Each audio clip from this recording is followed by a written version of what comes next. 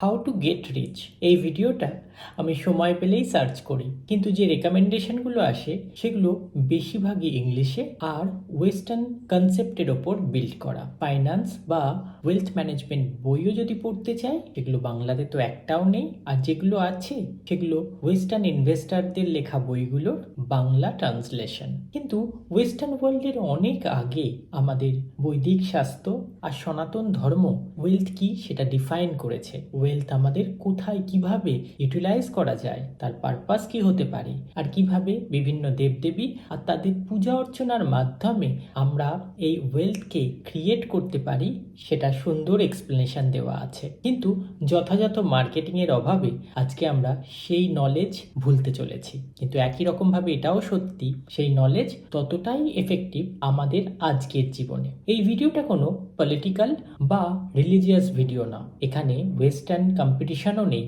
এই ভিডিওতে আমরা আমাদের প্রাচীন গ্রন্থ থেকে 5টা লেসন নিয়ে আসব, যেগুলো খুব সহজ আমাদের আজকের জীবনে অ্যাপ্লাই করা, আর নো ডাউট এটা তোমার ফাইন্যান্সিয়াল লাইফ অনেক বেটার করে তুলবে। তাহলে আর দেরি না করে লেটস স্টার্ট। হাই, আমি অনিরুদ্ধ, আর তোমরা দেখছো লুক্সাস cash and clarity Bangla finance channel.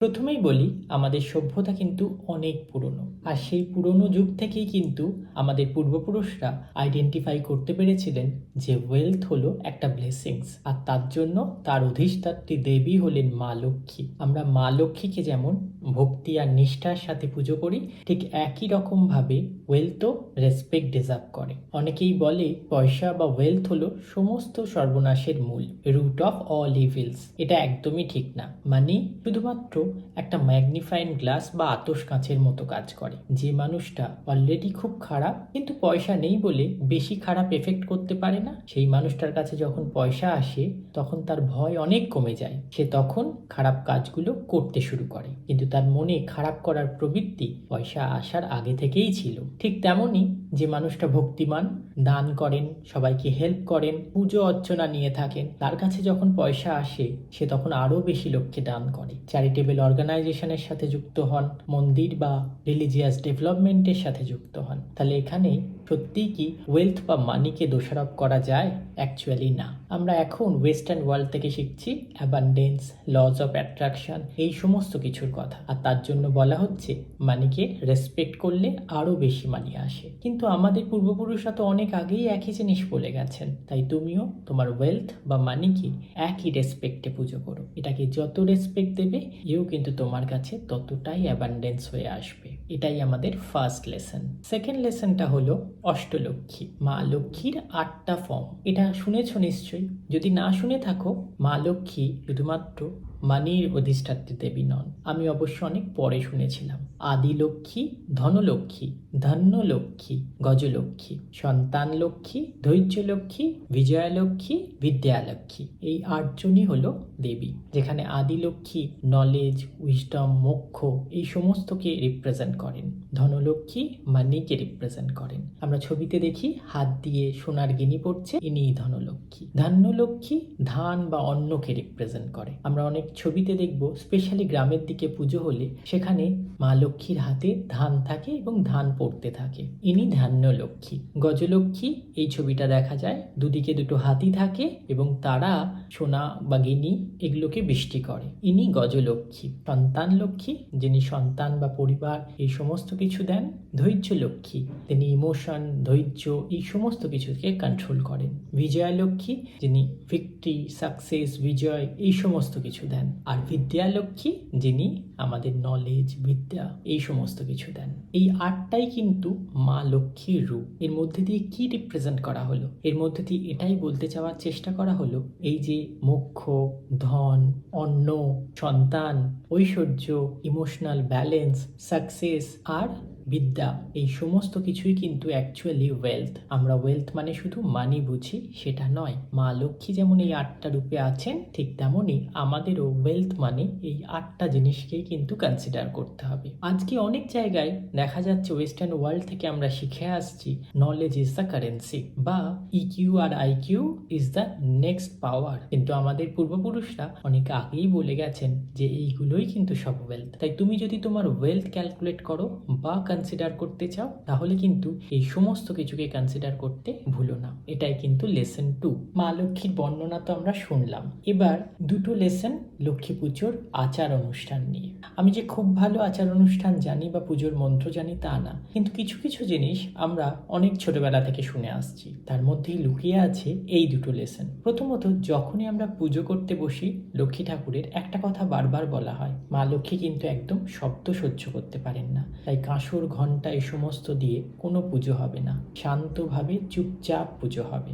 আচ্ছা, এর মধ্যে কি কিছু লুকোনো আছে? আচ্ছা, এর মধ্যে থেকে কোনো সংকেত কি পাওয়া যায়? একদমই পাওয়া যায়। এটাই মানি বা ওয়েলথের রুল, যে মানি বা ওয়েলথ যেখানে সাইলেন্স সেখানে থাকে আর সেখানেই বৃদ্ধি পায়। তাই তুমি যত কম তোমার আত্মীয় পরিজনের কাছে তোমার ওয়েলথের কথা শেয়ার করবে ইনস্টাগ্রাম, ফেসবুকে, যত কম শো অফ করবে তোমার ওয়েলথ তত বেশি প্রোটেক্টেড থাকবে, তত ভালোভাবে বৃদ্ধি পাবে। ঠিক আর একটা জিনিস করা হয় মা লক্ষ্মীর পুজোর জন্য, সেটা বলা হয় মা লক্ষ্মী খুব পরিষ্কার পরিচ্ছন্ন পছন্দ করেন। মাটির বাড়ি হলে সুন্দর করে সেটা পুছে তারপর পুজো করা হয়। আমাদের আজকের জীবনেও কিন্তু আমরা খুব পরিষ্কার পরিচ্ছন্নতা মেনটেন করেই মা লক্ষ্মীর পুজো করতে চাই। তার সাথে দেওয়া হয় মা লক্ষ্মীর পা আঁকা আলপনা। এটা নয় যে অন্য ঠাকুরের যখন পুজো করি তখন পরিষ্কার পরিচ্ছন্ন করা হয় না, কিন্তু আমি অন্য কোনো ঠাকুরের ক্ষেত্রে এতটা বেশি শুনতে পাই না যে পরিষ্কার পরিচ্ছন্নটা কিন্তু খুব ইম্পর্টেন্ট। শান্ত মনে আলপনা দেওয়াটা খুব ইম্পর্টেন্ট।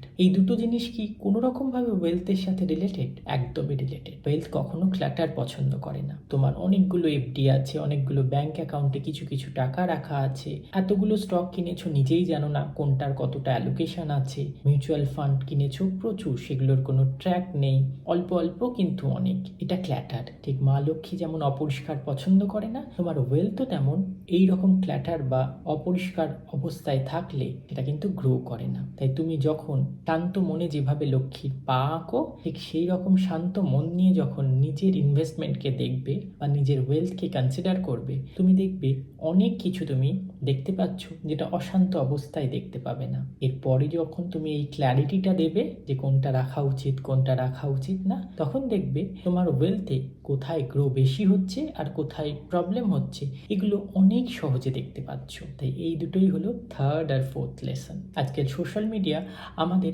অনেক ড্রিম দেখাতে সাহায্য করে, কিন্তু এই ড্রিমগুলো সত্যি কি আমাদের ড্রিম হয়? যদি জানতে চাও তোমার ড্রিমটা তোমারই কিনা, তাহলে ডেসক্রিপশন থেকে এই ভিডিওটা অবশ্যই দেখো। আচ্ছা, এবার লাস্ট লেসন।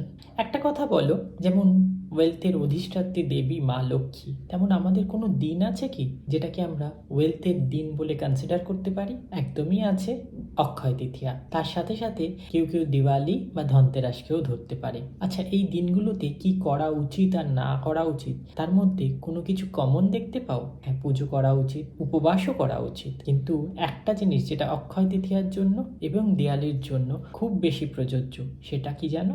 দান করা উচিত। তোমার ইনকামের একটা অংশ জেনারেসিটির সাথে যাদের দরকার আছে সেই সমস্ত মানুষদের জন্য দান করা উচিত। এটা কিন্তু অক্ষয় তৃতীয়ার ক্ষেত্রে সবচেয়ে বড় সত্যি। আর শুধু আমাদের প্রাচীন ধর্ম বা ধর্মগ্রন্থ না, আমরা আজকে অল ওভার দ্য ওয়ার্ল্ড যে ধর্মের মানুষকে সবচেয়ে বেশি রিচ বলে জানি সেটা হলো ইসরায়েল। তাদের যে ধর্মগ্রন্থ সেটা কিন্তু মানি ম্যানেজমেন্টকে খুব ভালোভাবে শেখায়, কিন্তু তার সাথে সাথে এই জেনারেসিটি বা ডোনেট করার জন্য এই যে লেসন, এটা কিন্তু সেখানেও বলা রয়েছে। তুমি যখন দান করো, অনেকেই জিজ্ঞেস করে দান করার সাথে ওয়েলথ ইনক্রিজ বা প্রোটেক্ট করার কি সম্পর্ক? মানুষ যখন দান করে তখন একদিকে যেমন সে হাম্বেল হয়ে ওঠে, আর তার সাথে সাথে অন্যদিকে ইমোশনালি ব্যালেন্সড আর ডিসিপ্লিনও হয়ে ওঠে। সেই জন্য এই দানের কোনো পুণ্য অর্জন থেকে তোমার ডেভেলপমেন্ট হবে কিনা জানি না, কিন্তু এই দানের যে প্রসেস তাতে তোমার ক্যারেক্টার যেটা বিল্ড করবে সেটা আরও অ্যাবান্ডেন্স অ্যাট্রাক্ট করতে সব সময় হেল্প করে। তাই এটাই থাক আমাদের ফিফথ লেসন। ইনি আমার মা লক্ষ্মী। আমার কাছে আজকে যা কিছু আছে সেটা নলেজ থেকে শুরু করে যে সমস্ত মেটেরিয়াল ব্লেসিংস সবই এনার কৃপায়। আমি খুব বিশাল নলেজেবল নই বা ধর্ম বা শাস্ত্র নিয়ে বলবার মতো যোগ্যও নই। আমি যেগুলো যেখান থেকে শুনেছি তারপরে আমি বড় বড় মহিষীদের যে সমস্ত বই বা যে সমস্ত ভিডিও থেকে যেটুকু জেনেছি তার থেকে আমার ভাবনা চিন্তায় যে চেঞ্জ হয়েছে সেই চেঞ্জটাই এখানে এক্সপ্রেস করলাম। অনেকে হয়তো এর মধ্যে অনেক ভুল ত্রুটি পেতে পারেন, আমাকে মার্জনা করবেন, আমি এতে স্পেশালিস্ট নই। বাট আমার মনে হয় এই ভিডিওটা তোমাদের ভালো লাগবে, আর তোমাদের ফাইন্যান্সিয়াল ডেভেলপমেন্টে এটা যদি হেল্প করে, লাইক, কমেন্ট, সাবস্ক্রাইব করতে একদম ভুলো না। See you soon.